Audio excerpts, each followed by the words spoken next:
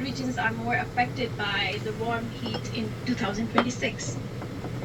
And just in terms of this argument that some potentially have, that you can't grow the economy by spending so much on climate change and negating the impact of it, is that now dead and buried, that kind of argument? Is it possible to say that factoring climate change actually could potentially help countries' economies grow? Yes, definitely, because we need to understand that protecting climate is not different from protecting economy. Our research shows that the regions which are frequently hit by extreme weather events come across declining investments, and the people, they move out of those regions. So which means that the climate itself is affecting those regions by affecting the jobs and the economy. So if we don't take any action, it will be very expensive. From your expertise, are you seeing that European nations are taking climate change seriously? I guess now there is a growing debate about this, and they are taking suitable actions for that. But again, the point is that, yeah. Really fascinating. No, finish your sentence. Finish your thought, please. Yeah, but we really need to understand that the impact of climate change is very local. So governments should really adapt to local policies that can help those regions instead of having one-size-fits-all situation.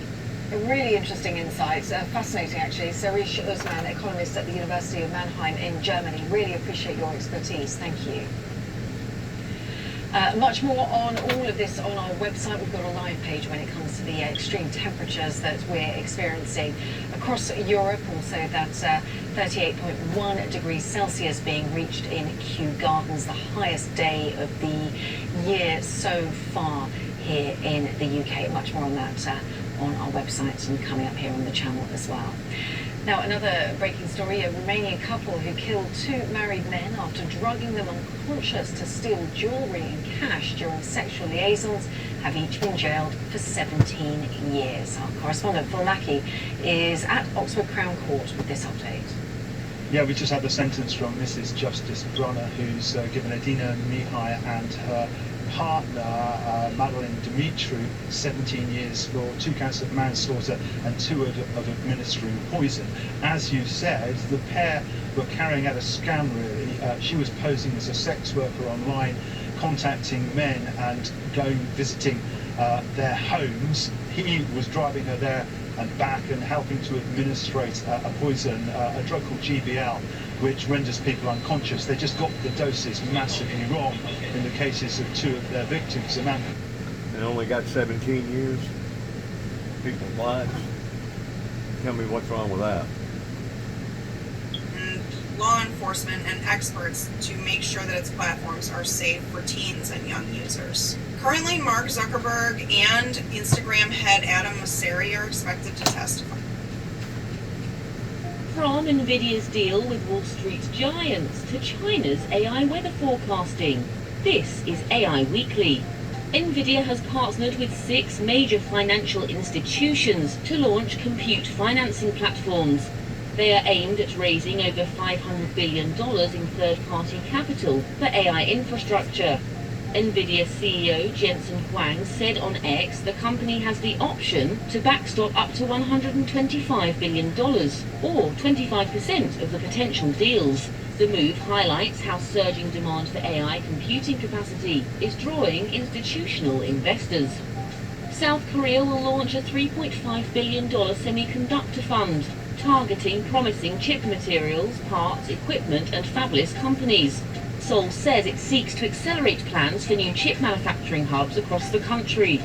Under the plan, Samsung Electronics, SK Hynix, suppliers and local governments are expected to invest more than $576 billion in new chip manufacturing projects.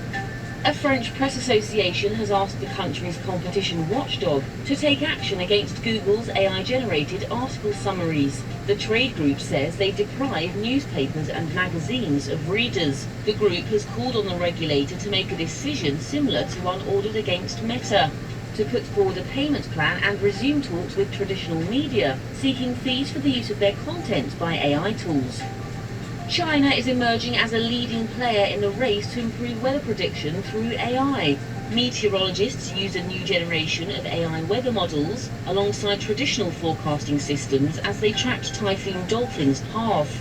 Researchers say they can generate forecasts much faster than conventional systems, while matching or surpassing them on some measures of accuracy.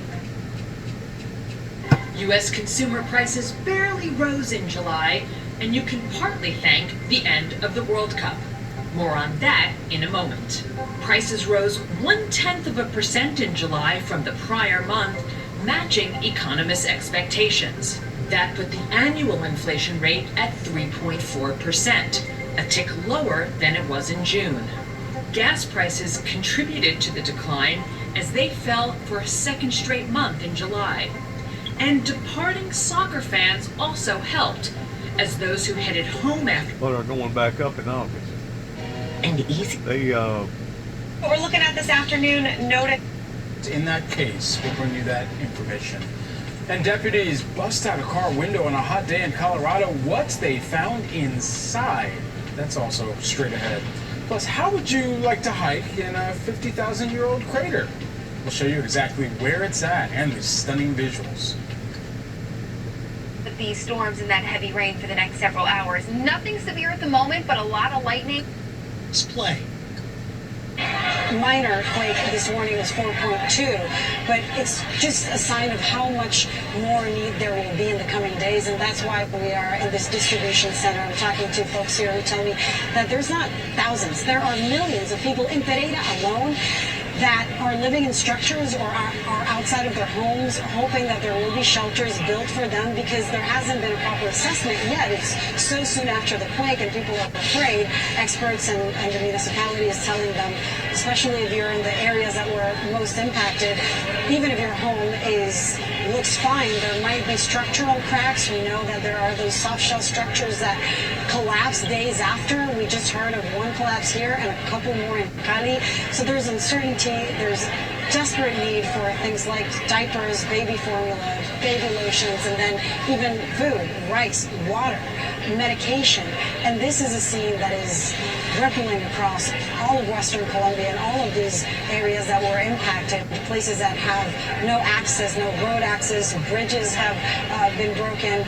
And so now we're just getting to that other phase where there's still a critical need to save lives. There are still lives that can be saved, but you kind of zoom out and realize that there's this bigger picture of people who survived, people who maybe their homes seem like they're okay, but they're not safe. And there's going to be a great need of help from the international community. We know World Central Kitchen is here. I was just reading that Jose Andres is donating $1 million.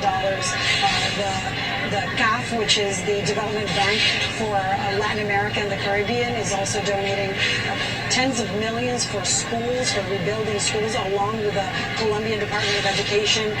It is that phase where, you're not seeing just the shocking crumbling of buildings, but you're starting to see the desperate need for people to be able to rebuild their lives from scratch. Really difficult hearing some of those details. Lilia Luciano, thank you so much. Parts of the Midwest are bracing for more severe weather after a punishing system that triggered tornadoes, heavy rain, and flash flooding in the region. Indiana's governor declared a state of emergency after rain inundated communities, creating a rare once-in-a-thousand-year flood event. CBS News correspondent Meg Oliver has the latest about damage from Cambridge City, Indiana. Catastrophic flooding left Indiana neighborhoods underwater for the second day in a row. First responders drove boats down the middle of streets to quickly rescue people from flooded homes and cars. We've lived here for like 10 years, and this has never happened. The extreme flooding reached car roofs and sent water rushing into houses as it rose past windows and doors. I'm upset because no flood insurance here. My basement is a total loss. The water also washed out roads east of Indianapolis, even causing the pavement on Interstate 70 to buckle. Newcastle, Indiana got more than 11 inches of rain in just over a day, making it a 1-in-1,000-year flood. The rain never stopped. It just kept coming and coming to the point where our whole house ended up getting flooded. We spoke with Christian Corder, who evacuated after his home was flooded. Overall, it's just very overwhelming because already. a lot of stuff is ruined. The flash flood swept as far south as Knoxville, Tennessee, where fire trucks blocked off waterlogged streets. Yesterday's storm comes just a day after severe weather blasted parts of Ohio. These communities have been hit exceedingly hard in a historic way. A flash flood warning remains in effect as rivers continue to rise. The White River is expected to reach 23 feet. That's just shy of a record we haven't seen in more than a century. Meg Oliver, CBS News, Cambridge City, Indiana.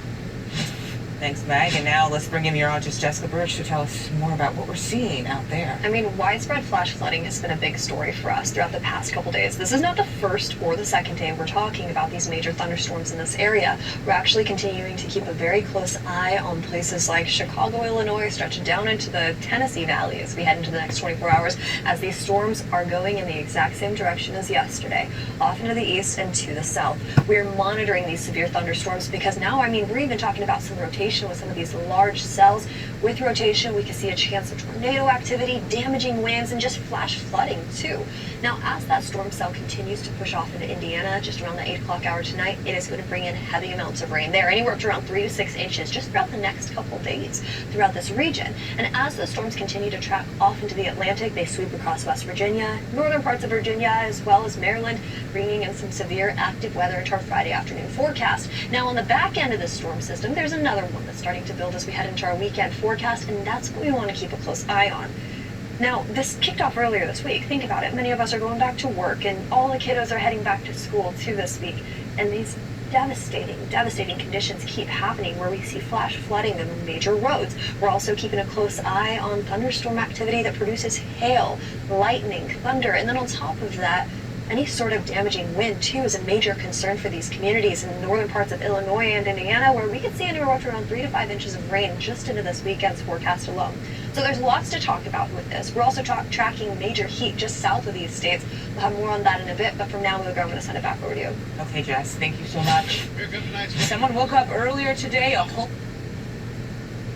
Immigration continuing to be a major topic across the nation, not just in California, but we've been hearing a lot about the ICE agents in other areas. It's like a volcano fixing to erupt over there in Hawaii, and they're preparing for possibly either a hurricane or a tropical storm that's going to bring, ain't no telling how much flooding over there, in which Hawaii's actually gotten too much rain this year, while places out west in Oregon and Portland, Oregon, Washington State, and up towards Colorado and out west of America, they haven't got enough rain, and it's turned into nothing but a fire hazard, similar towards what's going on in Canada. These situations have been brought on by humanity, by mankind. And of course the Bible teaches us and tells us again and again and again, by putting out advisories and putting out warnings, that these would be the signs of the end times pertaining to the sorrows that inevitably will end up falling upon to humanity, the inhabitants here on the earth.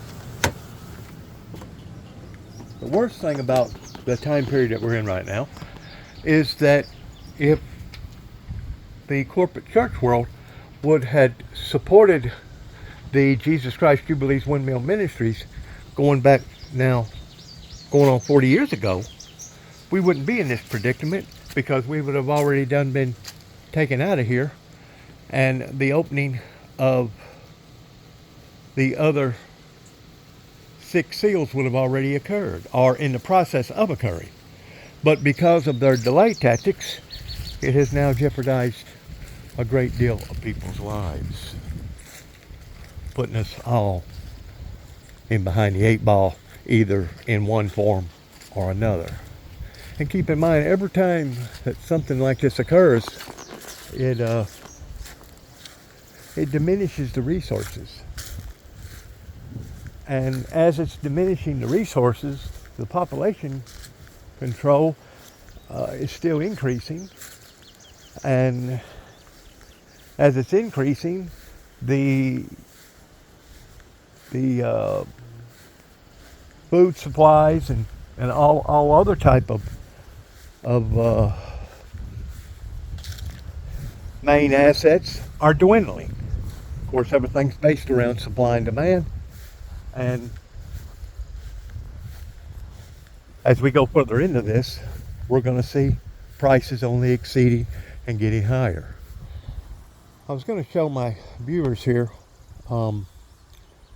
that's called a poor man's garage, or a shade tree mechanic. Towards being out here where I am, we got to deal, especially this time of year while corn is going through its ripe stages, with big horseflies. Horseflies the size of your thumb, that once they land on you, they don't sting you, they bite you.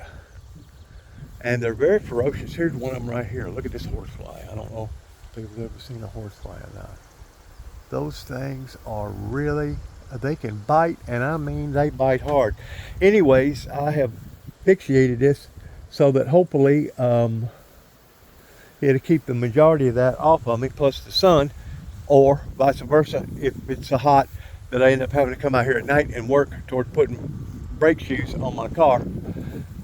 I see where looks like the county has come out here and started doing some ditch work out here for Mr. James Wade, my cousin. I think he brought it to their attention last week while he was down, pertaining to the flow of the water not flowing correctly. And they jumped right on it, believe it or not, and come out here and reclaim the ditch, or reduct the ditch, whichever way of wording it that seems to be politically correct in this day and time. This is a low boy right here. It'll handle that, and no problem with that Caterpillar backhoe right there, excavator.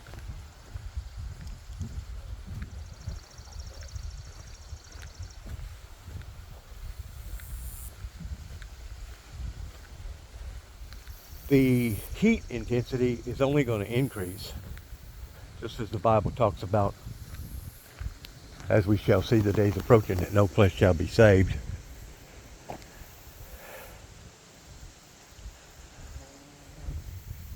guess they're liking this area right here, I guess, is what I'm thinking. I don't know. And as far as the mass flooding goes, the reason why is because moisture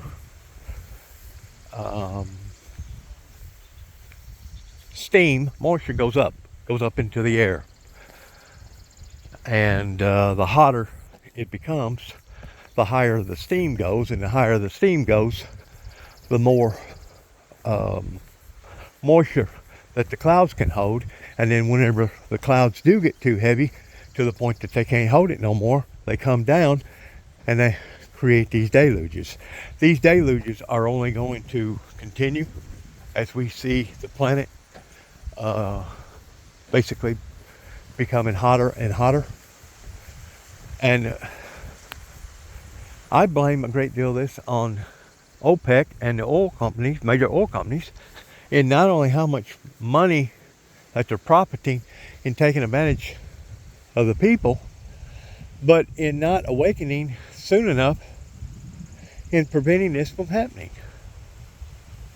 They were just talking a while ago over in the UK and Europe, other places, of how much money that this is going to cost their inflation pertaining to the excessive heat, in addition to people's lives being in danger pertaining to medical problems. So good luck to all of us, as I've said before, and I continue to keep saying,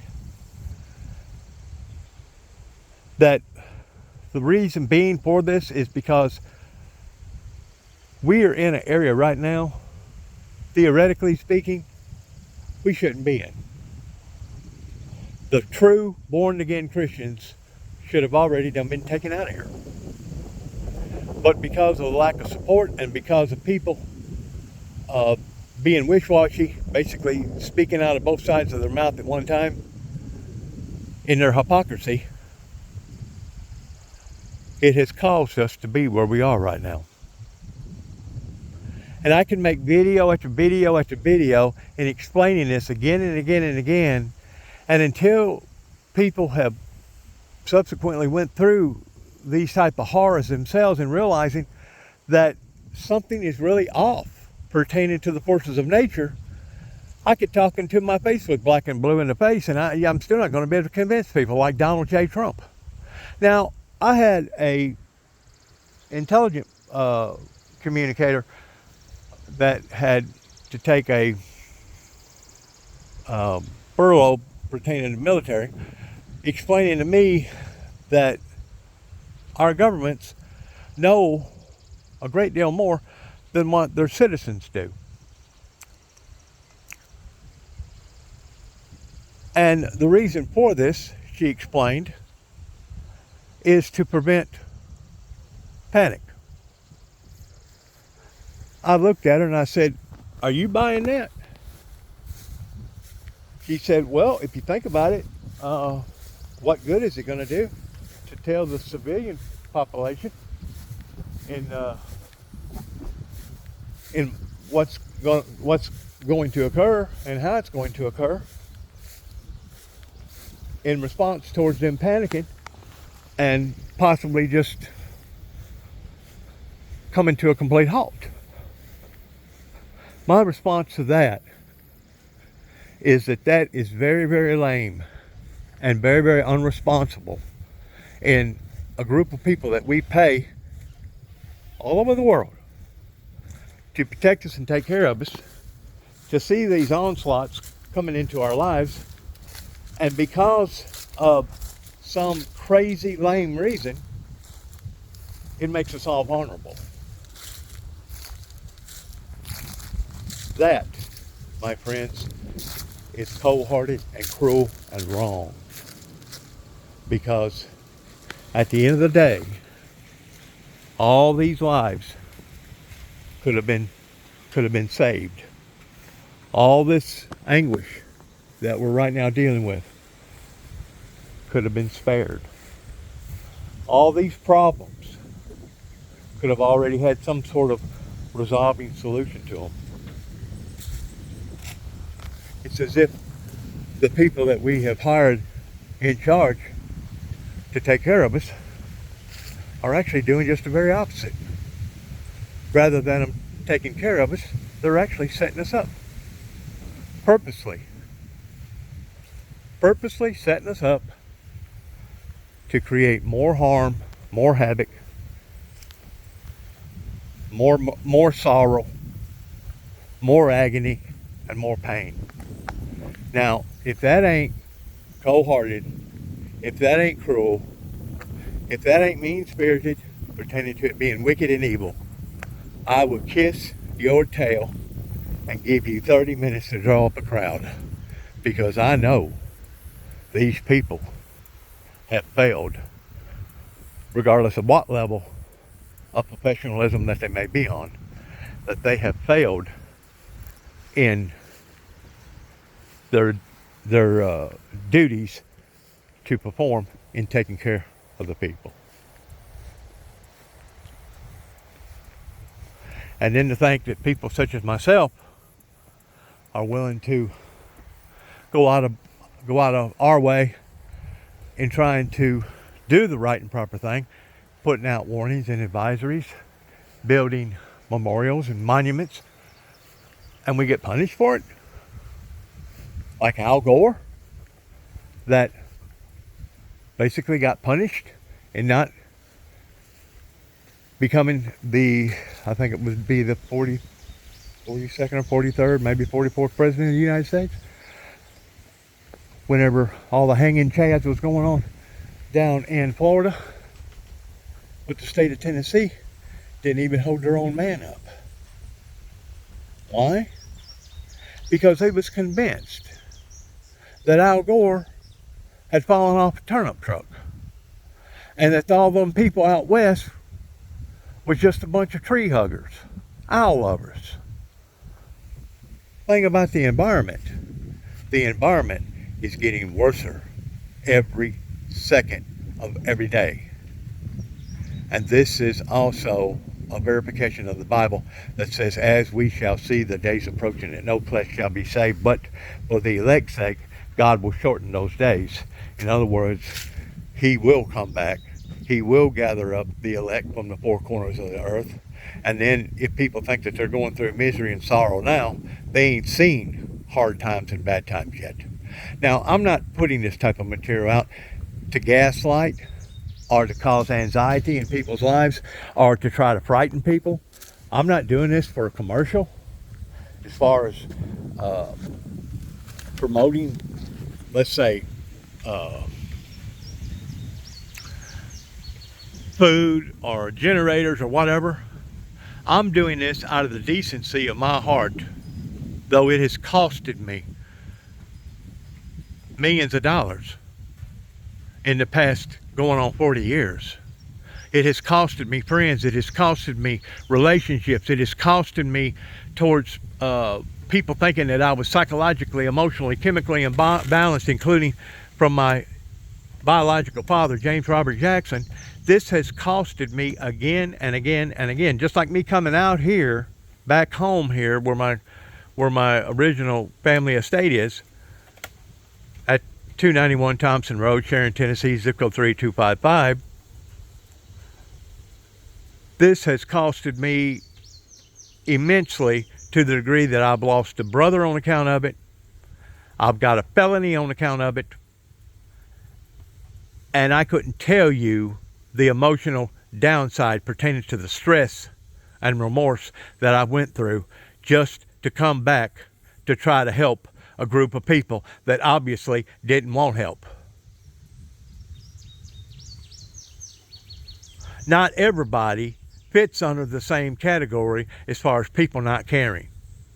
And whenever people do care and they're being punished for caring by putting out advisories and warnings, something is wrong with our society. You don't have to be all that educated, pretending to be in the sharpest knife in the drawer, to be able to figure that out.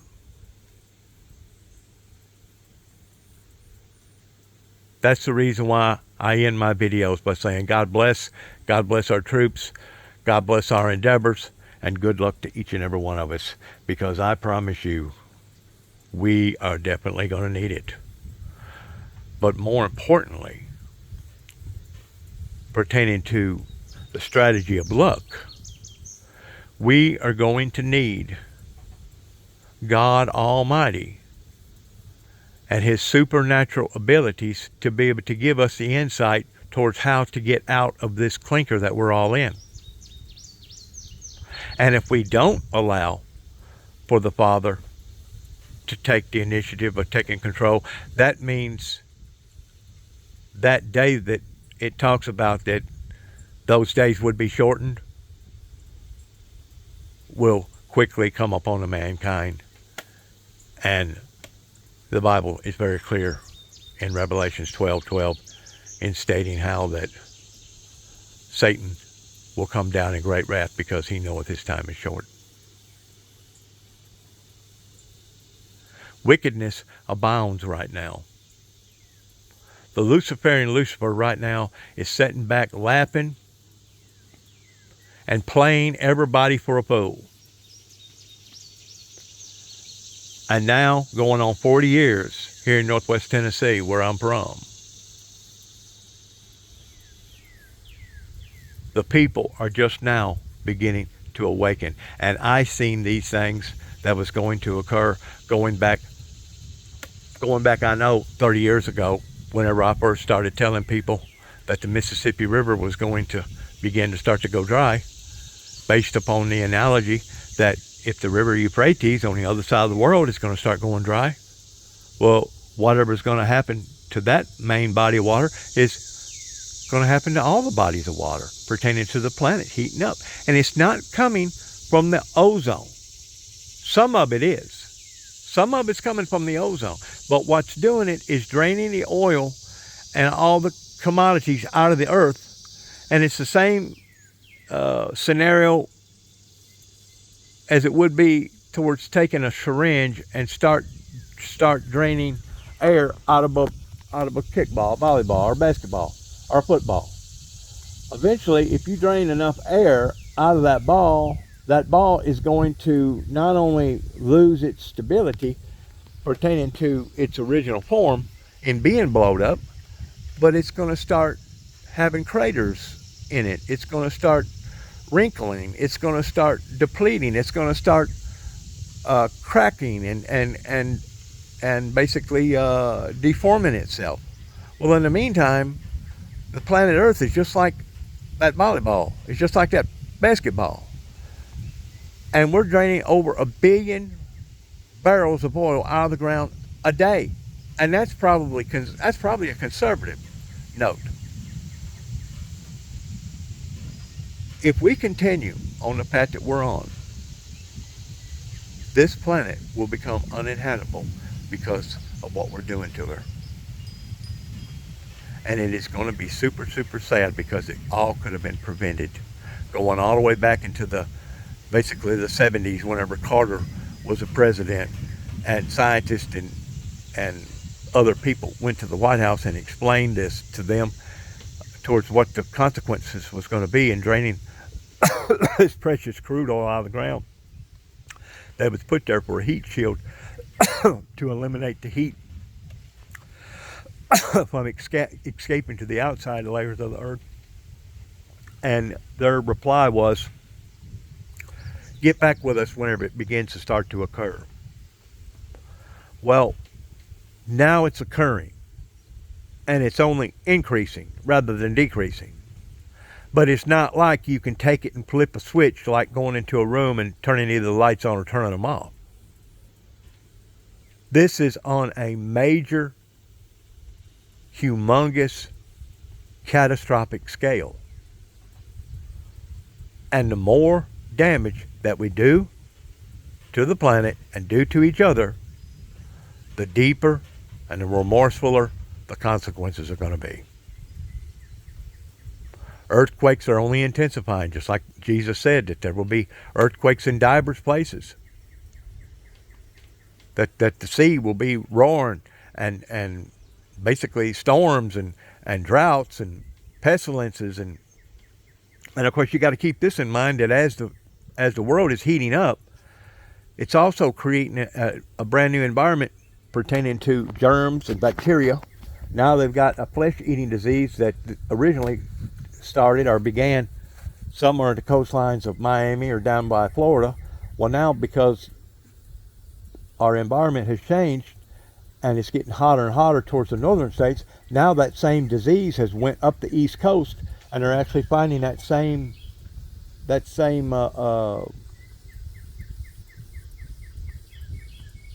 molecule or whatever you want to call it in places like Boston and Maine. My friends, we right now should be on a level of major concern pertaining to what we're doing to this planet, but yet no, we got somebody that stands on national TV almost every day and says that global warming is a fantasy or a figment of our imagination. It's just like he'll tell everybody that we're doing just fine, the economy's doing just fine, and everybody is living hunky-dory and they're plentiful, and then they'll tell us one lie about all the war's over, they don't have nothing, we don't have nothing to worry about, and then the next day we figure out, well, they done bombed something or done hit something or done something. This thing is evolving. And it's not just the war in Ukraine.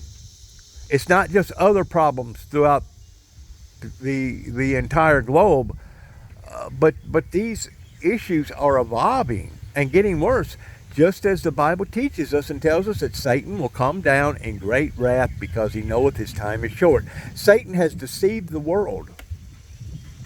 We are living right now in a time of deception. And what we're seeing on TV pertaining to droughts, pertaining to floods, pertaining to the temperatures rising every year and breaking all-time records is a result from that. And if you ain't got enough insight to see that, then maybe I shouldn't be presenting this video to you to begin with.